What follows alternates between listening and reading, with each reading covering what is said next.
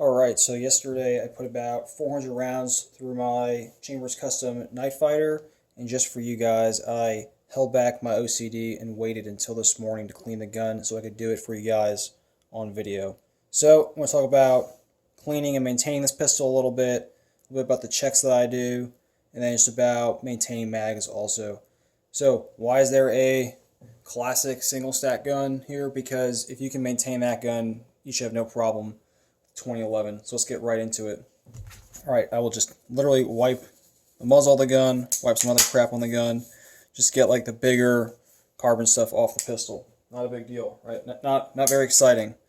Okay, from here, we'll bust out our slide stop. Right, I'm just getting the top end of the gun off so that I can effectively get into the barrel and the inner workings, etc., etc. Alright, let's put that down there. Yes, I have this manila envelope here, or folder rather, so that we don't get black shit all over the multicam Alpine. Alright, so I think we can see pretty well, a little bit. Alright, pretty dirty in there, not too bad. So what I'll do, I'll just bust out my Q-tips, right, make sure it's on safe, and I'll just start getting everything out from inside the gun. Alright, I want to clean off everything, right?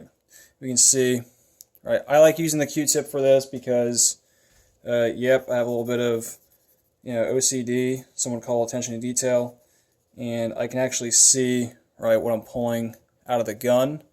Whereas if I was using something else, maybe I couldn't see exactly, right? It's like a rag; it gets dirty, right? It stays dirty. You don't know exactly how much black crap you're pulling out of the gun. Alright, so I'm just getting everything off the feed ramp. Well, not really the feed ramp because, okay, you get the idea. Back of the hammer, right, with some nice carbon built up back there. Okay, get under there. I'll just check, and then right there, it's also a good spot to just get all of the burn powder, old lubricant, all that kind of stuff off the gun. So these guns rely pretty heavily on tolerances, right? So if your pistol is built with tolerances that are measured in 100,000ths of an inch, like that's part of why it's so accurate, it's so reliable, etc., etc. Yes, Glocks don't have tolerances like that. I got it, but this isn't a Glock. When you mix carbon with lubricant and leave it in the gun, it essentially becomes a lapping compound, which means that you are loosening the tolerances of the gun as you operate it. So, if you're one of those people that doesn't clean their gun, right, you are actually hurting your 1911 or 2011 or 2019 over time a little bit more than it would have been, right? It's not going to fall apart. The world's not going to end. But it's not going to be as tight as it was previously. There we go. Okay. Recoil spring assembly out. I'm not even going to bother taking the barrel out of this gun, and I'll tell you why. Fighting with the bushing to turn it is just not that hard, right? Like I've been inside a gym once or twice, right? But banging the thing out, just fighting to get the bushing out of the gun, I see no benefit. For a very long time, I shot Glocks, and most of them had a KKM compensator on it. You see all that garbage. So a KKM comp, right, threads on the end of the barrel, and then it has two set screws. Usually those set screws get blue Loctite or some other, magic thread locker put on them, which means that to take the gun apart,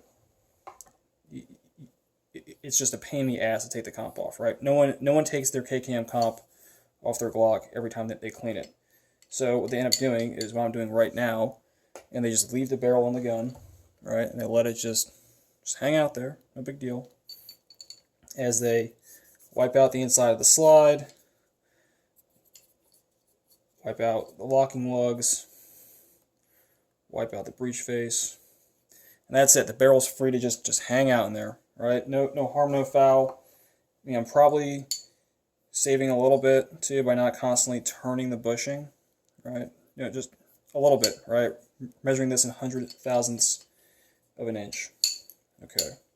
So now that I'm satisfied, right, that I've wiped enough miscellaneous black shit off of this gun, I will take a very boring, very standard 9mm bore snake, right, and I will just run it through the barrel one time. Sometimes you can throw some lubricant or like the magic bore snake cleaning juice on it. That's kind of like up to you. Boom, very tight, which is the way it should be. If your bore snake's loose, there's a problem there. And I can still get some visual down the barrel, even with it in there. I can see I got all that solid stuff out. Now I'm just looking at one quick once over. See some spots I might have missed. Just get that major black crap out of the gun. Okay, we're not trying to get the finish worn off, copper brushes, none of that. Department of Defense insanity. Okay, take my black rag again. I'll just wipe off the recoil assembly. Right, they'll get most of what I want to get off of this and prevent me from having to take this thing off. Yes, eventually, if I want to do like a deeper maintenance cycle, I'll take the whole thing apart. Again, back to this single stack gun, right? On this grip module, taking out the mainspring, sliding everything out, cleaning all this stuff. That's really it. I don't need to take the whole grip off the gun. That's just not necessary. I've done it more than once, mostly because I'm just playing with the gun. There's no reason to do that as far as maintenance. I took off the mainspring housing and got in there. I think the first time was around 8 or 10,000 rounds. I actually was very surprised at how little carbon and debris was actually back inside the gun. So these can run almost indefinitely, right, without taking apart the majority of this frame. That spring that's in that recoil assembly right now, it has probably close to 20,000, 30,000 cycles on it, and it's still going just fine. I had no issues at all yesterday, and I didn't do any crazy maintenance to the gun before I went out and again put those 400 rounds through the gun. So right now, hey, we're going to re-lubricate the gun. So what I'll do, I will put a little drop, disconnector, a little drop on the back of the hammer, a little drop just to get in there. If I see some carbon I missed, I'll just hop in there real quick. I'll just get that. Again, right, OCD. Yep. Okay, and that's really it, right? 1, 2, 3, and then I'll put the majority of my lube right on the slide. So I'll start at the back end of the slide, do some drops in the rails. Okay, where I see some exposed metal, hey, I'll drop a few drops back there. I'll drop some in the locking lugs. Okay, I'll close that up, and I'll put some on the link. All right, link, a few there. Yes, I will get the barrel. I'm getting there, I promise. Okay. So let's put this back together. This can be a little bit tricky, just lining up that little paper clip type deal, but how about that? Worked out. Okay. So the reason I put the lube at the back of the slide is that it'll work its way through as I reassemble the gun. Okay, and now I'll put just a little bit of lube on the barrel. Again, right as that weapon operates, it'll spread that lube over the barrel. Now everyone's favorite part, lining up the link with the holes in the receiver. Seeing this live, this is like reality TV, Okay, get in there. Good. Okay, line that up. Boom. And that's it, right? Gun is basically cleaned, assembled. You can see I did get some black crap on that folder, so I'm glad I had it.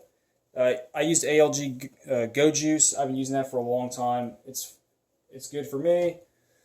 You might prefer something else, and that's 100% fine. Not a big deal. Use whatever lubricant strikes your fancy and gets you going. Okay. We'll see the light has all that carbon on the very end. Not a big deal. I'll just take a Q-tip. I will just rub it off. Right there. It's all gone.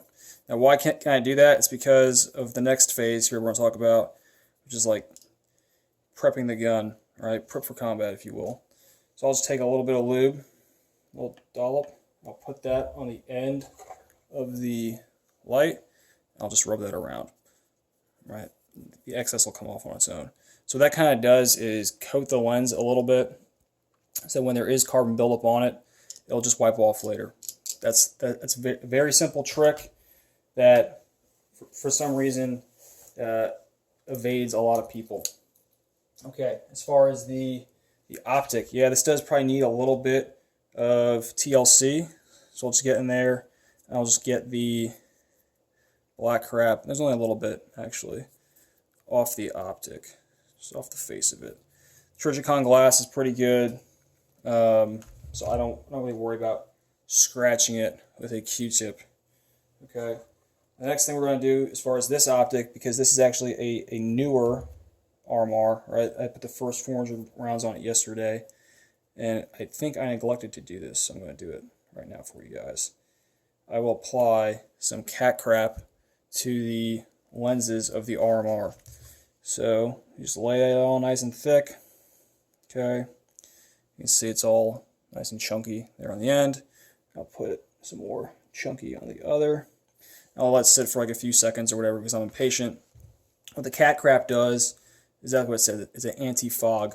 So if your pistol is in a duty type outside the waistband holster, you're sitting in a car that's air conditioned, you get out and it's 98 degrees with 110% humidity, you're going to get fogging on your lens. So is cat crap like the be-all, end-all perfect? You will never have fog on your lens ever again, no matter what? No, but it is pretty damn good. All right, so now I've let it sit for a little bit. It's coating the lens, and I will just buff that off with a Q-tip, just like I applied it. I'll get all the excess off. And honestly, after one application of this, unless you're doing something crazy, you're getting the gun underwater, something where it's like really exposed to the element, one application of cat crap has been really good, actually. It's been really effective. And that's it. Boom. Gun is like ready to go. Some things I'll do just to give myself like the warm and fuzzy on a pistol. I'll just go over it and I'll just inspect screws, make sure that they're like as tight as they should be. Check my mainspring housing pin, that's where it should be. And then I always do some witness marks on the back of my RMR. Okay, so I think, playing with the light here.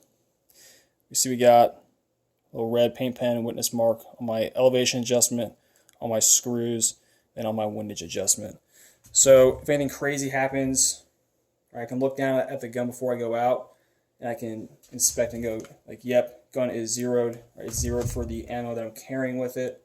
I'm out and about in the world, not for what I'm doing on the range. It also lets me quickly go back to zero, right? If I change zero for whatever range ammo I'm using that day potentially.